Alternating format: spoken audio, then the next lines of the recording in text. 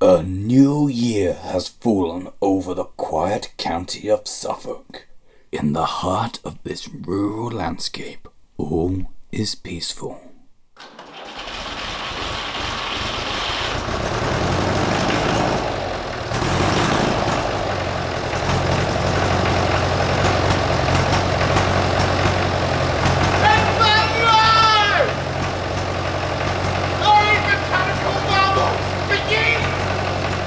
Well, mostly peaceful.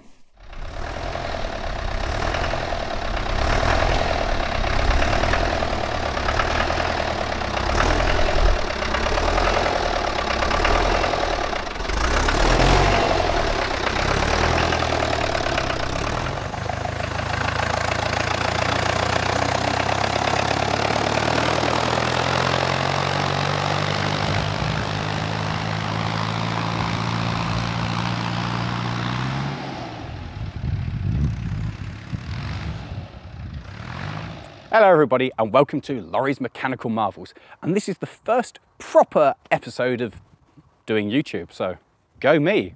It's only been like 2 weeks of seeing the same old stuff that's been shown before, but I hope you've enjoyed that. So, brand new stuff, and to everybody who's subscribed so far, thank you very much, and if you haven't, why not? There's a button down there somewhere, just press that, and everyone else press the like button as well, and leave a comment. It's all good stuff, really appreciate it.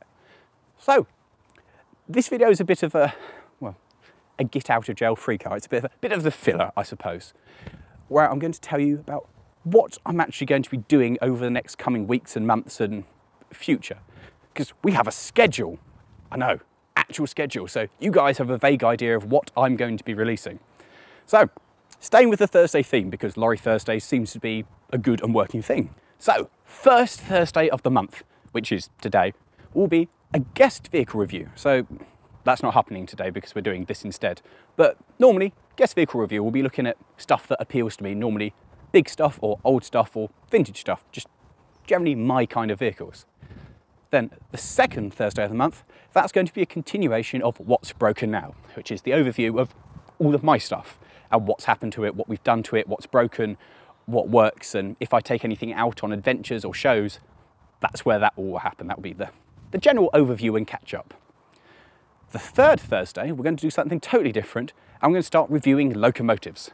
Yeah, actual full-size proper trains. I think it's going to work. It's all kind of coming together, but that should be the plan, actually looking at locomotives. So if you're into your trains and stuff, you're going to like that, and if you don't, I'm really sorry.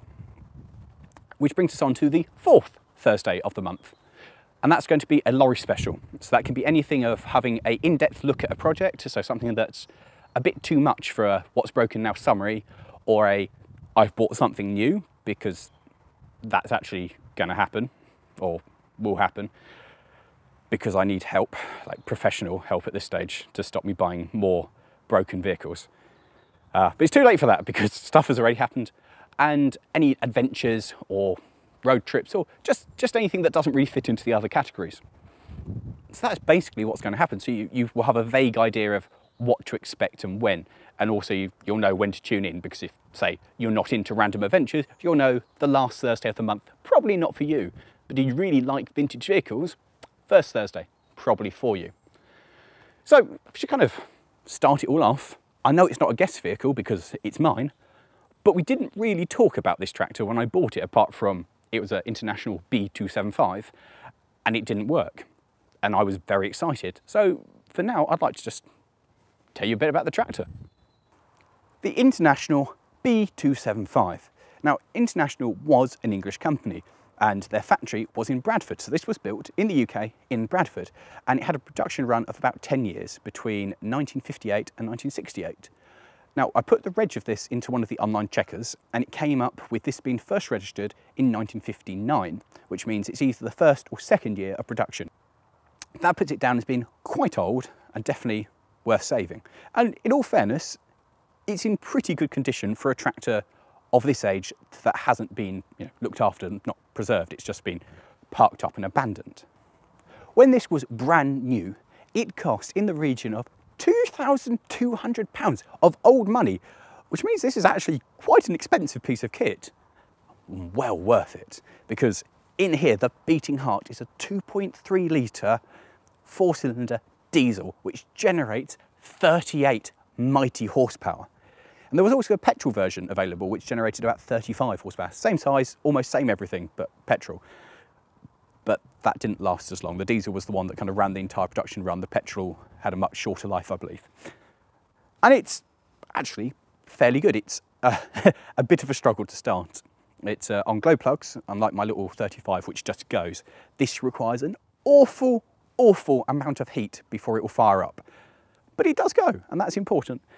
And you can see the state that it's in. It's also very confusingly, there's a little overflow pipe here, which dribbles diesel as it's running. I think it's a waste for too much diesel in the system.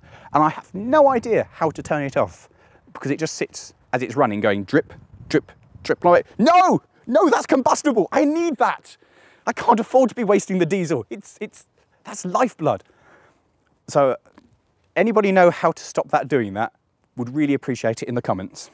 Now, connected to the mighty 38 horsepower, I've got a 4-speed gearbox with a high-low range as well, which gives me effectively 8 speeds. And that gives me a top speed of 14.1 miles an hour, which is quite rapid on a vehicle that doesn't have brakes. And this was the same gearbox that was used on basically all of the tractors. So all of this comes together to make a tractor that weighs about 1.5 tons. In old measurements, that's like 3,500 pounds. So there's not an awful lot of tractor for that weight. I mean, I guess the engine, the gearbox and the rear axle are very heavy because, well, that's very thin. That doesn't weigh anything. So I don't really understand where all the weights come from, but I guess, you know, tractor has to have some weight so it can dig in and give you some adhesion so it can tow stuff. But deceptively heavy, I would say, deceptively heavy. Now, also, it wasn't this colour when it left the factory. It's actually, this colour here is a fairly good indication, the one bit of metalwork that's kind of been hidden from the ravages of time. And when it's finished, and I've finished doing everything to it, it will all return to being that nice shade of red. And I found quite a few of the parts that I need for it, like the international badges that go on the side, which are a mere £70 for a piece of plastic, and a new front end, which is a mere £138, so it's no longer dented and smashed to hell, which are basically the main things that it needs doing. The only other things is, I've got a friend who can weld, and he's going to become a very good friend. But the wings here need a little bit of love. And of course, the brakes don't work. And I found online the actual workshop and instruction manual for this. And it says for renewing the brakes, remove rear axle, renew brakes, reinstall rear axle. There are no other instructions, it's just like that. So I'm sure I can do that at some point. For now, it just kind of rolls to a stop, so that's fine, and that's all I really need. The big things to do to it now, well, it needs a clean quite badly. And I've ordered a new filter set for it, I've got some more oil for it, and I've bought a new vacuum diaphragm for it, which is what the governor works on, so that should stop it hunting, and then it should be happy again. And then it's just cosmetics, basically, because the tyres stay up. So the controls are all fairly simple on this. Amazingly, everything on the dash still works, despite being stored outside forever. Which is, I'm surprised about, because my little 35, which has been dry stored, the gauges don't work on that. But simply, for starting, we have this lever here, which engages just the starter, which is a wonderful way to start it, just a proper throw the lever. This rusty lever here, that's my throttle, because we don't have anything down on the pedals, it's all hand. And this little switch handle thing here, that's my glow plugs. And as I've mentioned, it needs copious amounts of this to get it to start, to the point that you think that the thing's gonna burst into flames because it smells quite hot. That might need some work. Gears are here, and the high-low adjuster, well, high-low selector is there. Then, as you would expect, there's a clutch there, and I've got brakes this side which do nothing, and a handbrake hidden around here which is loose and does very little. And then my last control here is a lever just here which controls the hydraulic links at the back, which kind of work. I got very excited the other day when we found that they do move very slowly. It just needs freeing off. And then finally, that there is a stop. Because it's a diesel, we don't turn it off on the key, we just pull the lever and presumably stop the fuel going to it. And the hole here is where the barrel should go for the main ignition, for turning the power off. But it was being started on a screwdriver, so I've bought a new barrel and I just need to reassemble everything so it actually works on a key. Apart from that, it's remarkably simple.